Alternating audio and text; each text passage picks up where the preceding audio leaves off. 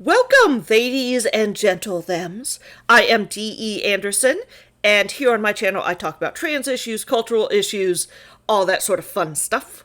I don't know what this gesture is, but I'm doing it. Today we're going to talk about trans people in sports and the ugly and brutal history of sex verification within sport that it's terrible. It's bad.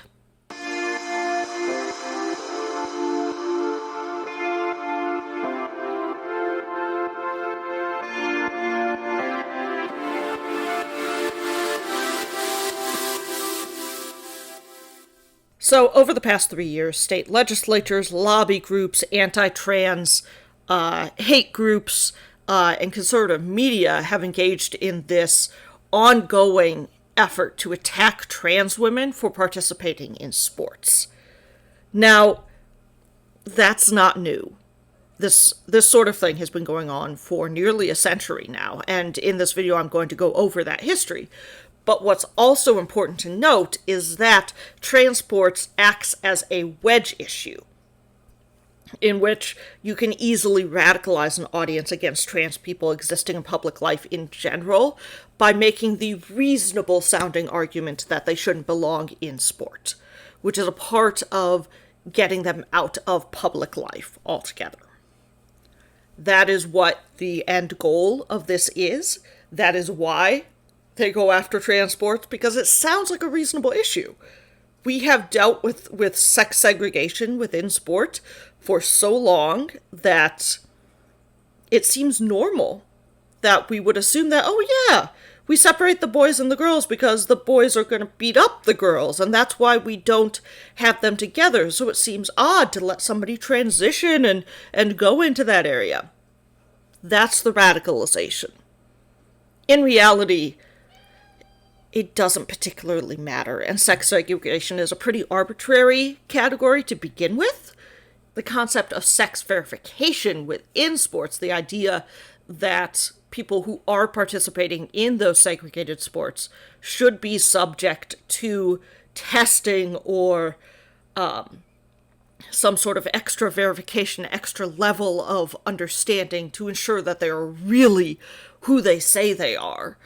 On those levels of competition, that has a really long and ugly history in the US and around the world. So let's go back to where it all starts in World War II. In 1936, we let the Nazis host the Olympics. Generally agreed to be a bad idea in retrospect, but it is what it is. And at those Olympics, several officials began noticing and looking at the women participating in the female categories and started going, are those secretly men? What's really funny is that two of the athletes that they targeted with that did later come out as trans men, in that they were assigned female at birth. They were women by all accounts, but later in life were like, hey, we're actually men. Like, that is who we are. But that's not what they meant. What they meant was that these were men disguising themselves as women in order to win at women's sports. You'll recognize that trope. It's been around since the 1930s, and perhaps even before, but the 1930s are the first, documented official versions of it. So questions were raised then about whether or not the Olympics themselves, who are very much a trendsetter in terms of verification in sports, and other sports organizations will follow their leads because it's one of the biggest sporting events that exists in the world. They started wondering if they should do sex verification for female sports. Only female sports. They never ever considered this for the men. So it has at its root a sense of misogyny in that women who don't perform femininity, who aren't classically feminine, which very often means a white, Western, thin, beautiful standard, which, think of the female athletes you know and how many of them actually meet those standards, would be subject to extra verification as to whether or not they were actually women. In the 1950s, this started out with literally female athletes having to go before a panel of doctors in the nude to determine whether or not they were real women. This included genital inspections.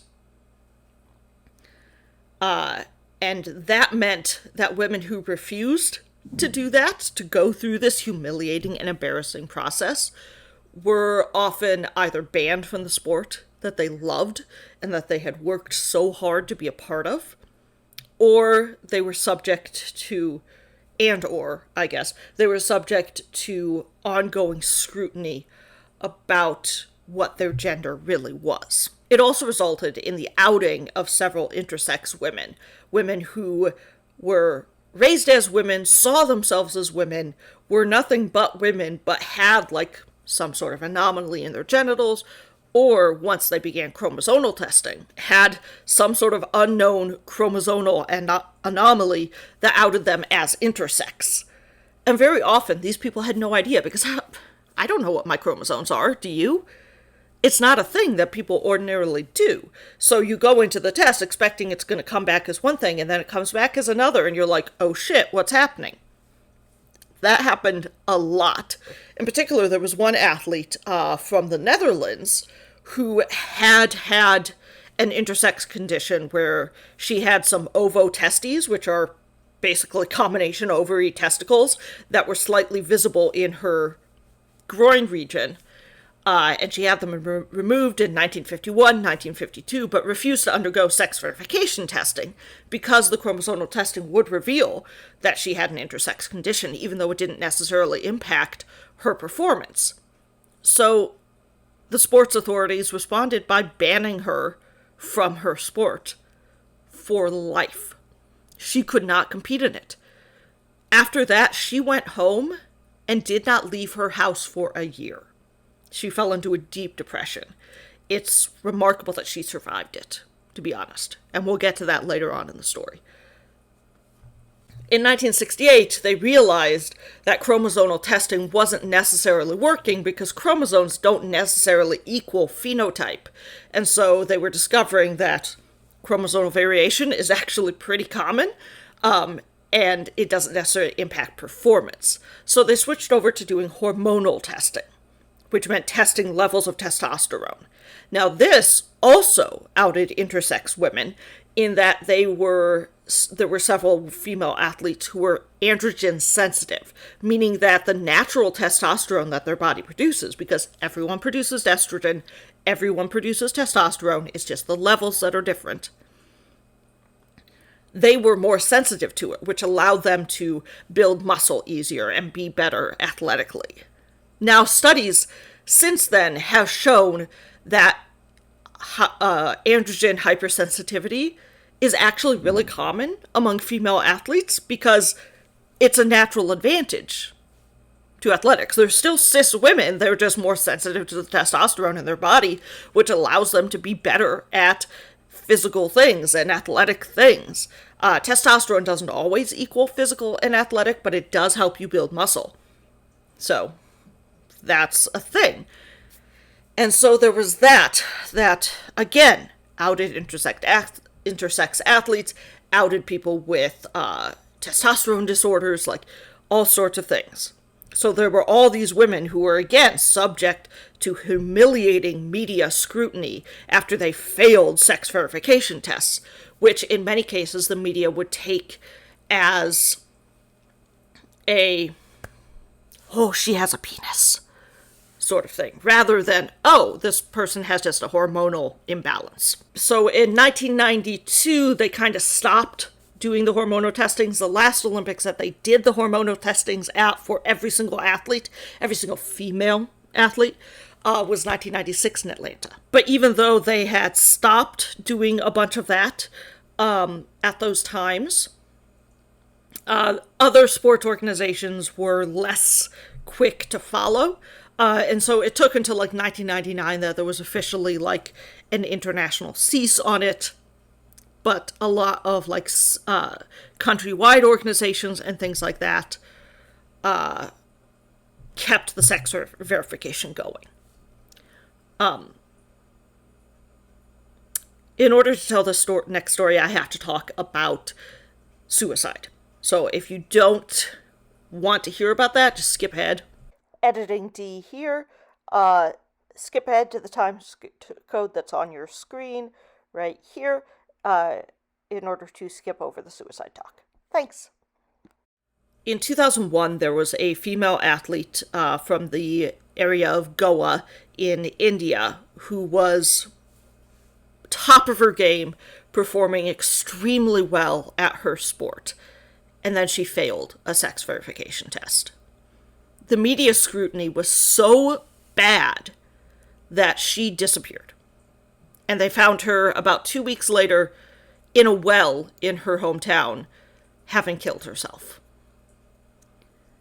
That is the ultimate toll of this sex verification testing.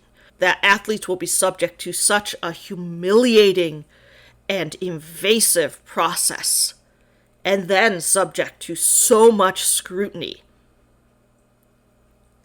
that it exacerbates already existing mental health issues, it can send you into a deep depression, and yes, it results in death. That's why I call this a brutal history. It's bad. It has resulted in death. It has resulted in people harming themselves because their dreams disappear, because they are subject to this arbitrary standard of what female means scientifically, when it doesn't actually matter for their sport.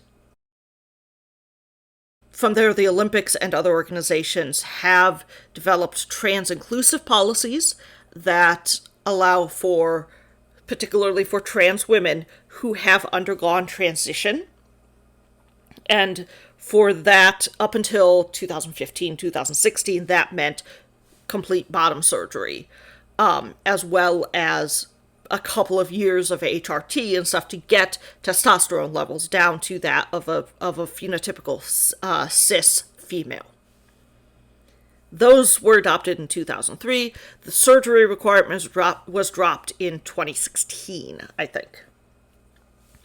But they also allowed exceptions for people to challenge specific athletes when there was suspicion about their gender or their sex. The most famous of these cases is Caster Semenya from South Africa. She's a black woman who has an intersex condition that makes her more sensitive to androgen, makes her more sensitive to testosterone. It's that, that's the basic effect of it. And she has been banned from her sport, essentially, unless she undergoes artificial changes, artificial therapies, in order to lower the amount of testosterone in her body. This is the testosterone that her body naturally produces. Because it is outside of a cis female range, they have decided that she is not allowed to compete as a woman. Even though she is a woman, she has lived her entire life as a woman, she sees herself as a woman and nothing else. She still can't compete unless she takes hormone therapy to artificially lower her testosterone levels. Note that it is important that she is a woman of color. When these cases are brought up about the suspicions of a person being really a man competing in female sports, women of color are the ones who are targeted the most. Almost all of the athletes I've discussed here who had situations where they were banned for failing sex verification testing, blah, blah, blah, they are women of color. When you see people bring up whether or not somebody is a man who is competing, a lot of times it's going to be a woman of color, a black woman in particular. And that is because the ways in which we construct femininity in our Western world automatically position femininity as white and delicate. So athletes who do not fit that mold are naturally, and in a racist way, seen as not woman. They get disallowed from womanhood because they do not fit this artificial standard. So where does that leave us with trans women in sports?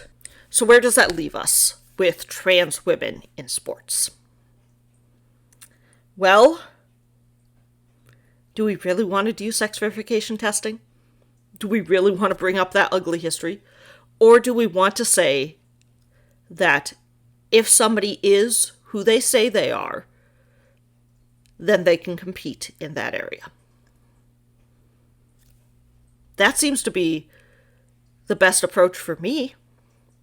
That you have a right to perform as the gender that you are within the sport that you love. It's extremely rare for trans people to be competing at an elite level at all. And to disallow them because they don't meet what are admittedly arbitrary standards of this sex separation, and standards that we do not subject men to, but only women, it's goofy. It's not okay. So my entire argument from the history, from what we know about women's sports, from what we understand about the ideas altogether, just let them play. I don't care what their hormone levels are. I don't care whether or not they've had surgery. At the middle school level, it doesn't fucking matter. At the high school level, it doesn't matter. At the elite level, does it really matter? No. Not necessarily. If she's a woman, let her play. If he's a man, let him play. Reinforcing these arbitrary binary systems we have shown throughout the history of sex verification in sport is downright impossible. It subjects the athletes to humiliating and invasive medical procedures just to do the sports they love. And there's enough variation within the groups that even fitting into the average is downright impossible. So just let them play. All right, that's it for today. That's me. You can subscribe to my Patreon at patreon.com/DEAnderson. I appreciate you watching. If you made it this far, thanks for sticking with me, and I hope you come back again to hear me rant about other things. Oh, yeah, and I cut my finger the other day. That's why this is here. Sorry if that was distracting.